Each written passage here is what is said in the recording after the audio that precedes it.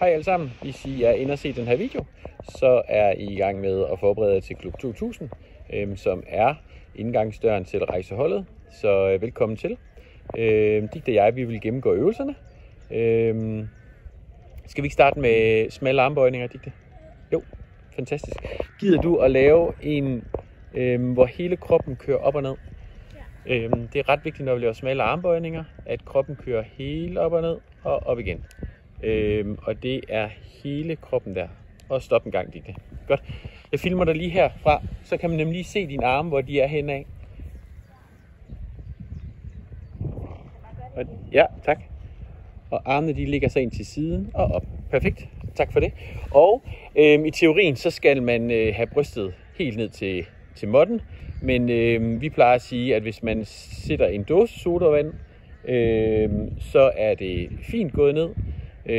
Et æble kan man også bruge, eller en appelsin, og så går man ned til det og så op igen. Når det er sådan, at folk de bliver trætte på de her smalle armbøjninger, så er det overkroppen, der kører op og ned. Og de kan ikke lokke dig til at prøve at lave 10, 12, 15 stykker. Og så ser vi lige, for jeg tror nemlig, din overkrop den kommer til at køre op og ned. Gider du ikke lige gå i gang? Så kan vi lige se det. Indtil videre så kører det fint. Hold da kæft, hun er stærk i dag. Nå, kom så. Bare bliv ved. Se, nu begynder det at bare være stykket herfra og der. Se, nu er det kun... Prøv lige at tage 3 mere. Så kan vi nemlig lige se det på videoen. Se, nu begynder man at kunne se, at det kun er stykket heroppe, som arbejder. Og vi skal have hele kroppen med. Man kan starte oppe, hvis man ikke er stærk nok til det her endnu, som Digte hun gjorde. Så kan man det, man starter oppe. Gider du lige starte op. Og så sænker du dig langsomt ned, Digte. Tæl over 6 takter ned. Sig 1, 2, 3, 4, 5 og 6. Og så ned på knæene. Og så kravler du op igen. Yes. Og så en gang til. 1, 2, 3, 4, 5 og 6. Og ned på knæene og kravler op igen. Yes. Armbøjning på knæene. Det kan man godt. Så synes jeg hellere, at man skal gøre det, at man lægger kroppen ind på noget, som er forhøjet. Det kan du gøre det, at du lægger kroppen på den blå måtte der, men så skal du have navlen ud over kanten og armen ud over kanten. Jeg håber sgu ikke, din græsallergi den går amok.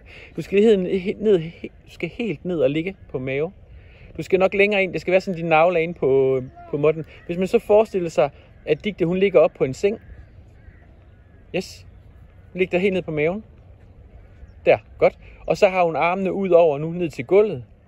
Så kan hun jo sådan set lave smalle armbøjninger der. Og jo længere armene de kommer ud, jo mere belastning kommer der på hende. I starten så vil hun lave en almindelig armbøjning, eller en smal armbøjning der, men belastningen er ikke særlig stor, fordi der er utrolig meget af hendes vægt, det er herinde på sengen eller sofaen. Hvis du nu rykker længere fremad, Digte. Sådan der. Nu bliver armbøjningen endnu sværere. Så det er op på sofaen med kroppen, eller på sengen, og så er det ud over, så er det bare at køre på. Så er der hænderne, I kan se, Digte vender sine ud til siden. Skal de vende til siden, eller skal de vende fremad? De skal egentlig helst vende fremad, men jeg kan godt sagtens leve med, at de vender ud til siden. Det væsentligste er at blive stærk nok i sine tricepser. Ja, det var de smalle armbøjninger. Digte, så er det kip. Kippet er med samlede strakte ben, og de skal ikke spredes, de skal ikke bøjes i knæene, og man skal cirka op og røre ved skinnebenene eller tæerne. Det ser sådan her ud. Kan du lave en 10 stykker, Digte? Yes. Yes. Fødderne må gerne røre gulvet, det sker der ikke noget ved. Men det her, det er kippet. Yes. Og det er med samlede strakte ben. Godt. Det næste, det er mavebøjninger. Kan du lave dem? Der fletter Digte lige hænderne herom bagpå. Jeg ser lige sådan der. Godt. Så øger hun nemlig lidt belastningen. Og så vil vi sådan set bare gerne have, at hun skal op og kigge på navlen. I behøver ikke komme højere op, Digte. Det er næsten for højt. Jeg er bare lige op og kigge derop til. Yes. Sådan der. Ellers så går du i gang med at arbejde med hoftebøjerne. Sådan. Super cool. Yes. Og så er det rygbøjning. Og det er en opspredet samlet ned. Og der skal det jo være sådan, så hernede ved knæene, at knæene de kommer fri fra måtten eller fra gulvet. Ja, de skal altså fri, og de skal jo være strakte benene. Og brystet skal også være fri fra. Det ser sådan her ud. Op, sprede, samle, ned. Op, sprede, samle, ned. Op, sprede, samle, ned. Godt. Du må godt lige strække de der knæ lidt mere. Det var det, vi kalder for firkløveret, ikke? Godt. Så er næste øvelse, det er Bulgarian Split Squat, og der skal vi 2 ind i køkkenet.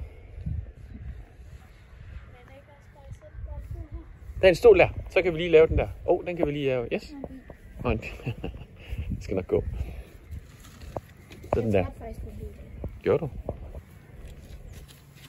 Så vi skal lige væk fra bilen. Godt. I Bulgarian Split Squat, der har man et ben op på en forhøjning, og man har det andet foran. Så jeg vil gerne have, at det andet, det kommer så...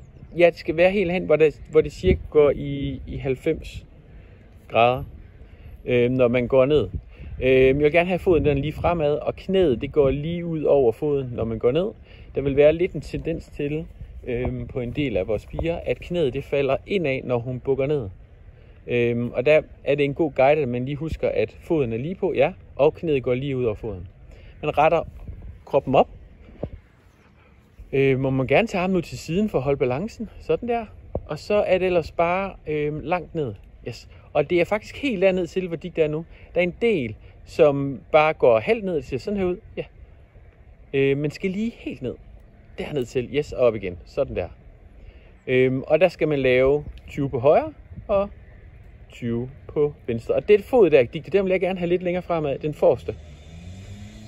Der, så bliver det nemlig 90-90 lige om lidt. Se der, sådan der. Yes. Så bliver det svært at holde balancen nu. Man kan jo gøre det, at når man træner til at starte på, at man lige tager ved på væggen, ikke? Man kan godt lige have en støttehånd, eller en, der lige står og hjælper. Det var Bulgarian Split Squat. Så er det Jump Squat. Kan du lave dem? De ser sådan her ud. Og der vil jeg gerne have, at der er et aktivt afsæt. Og man kan se det også ved, at der er strakte vriste. Og når man går ned i squatten, så er det altså en squat og ikke en foroverbøjning, så det bliver en stridtnumse. Man skal derned og op. Når det ser forkert ud, så ser det sådan her ud, Digte. Ja, så kommer kroppen fremad, ikke? Sådan der, ja. Det er et aktivt bøj i knæene. Godt. Så skal vi ind til bordtræk. Vi går lige ind og gør det herinde.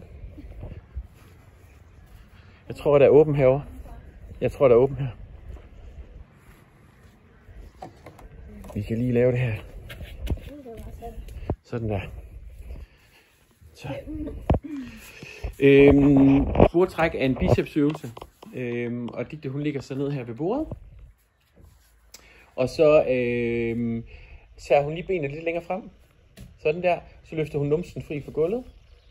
Yes, op og have en lige krop. Der. Og så trækker du dig ellers helt op til. Derop til og ned.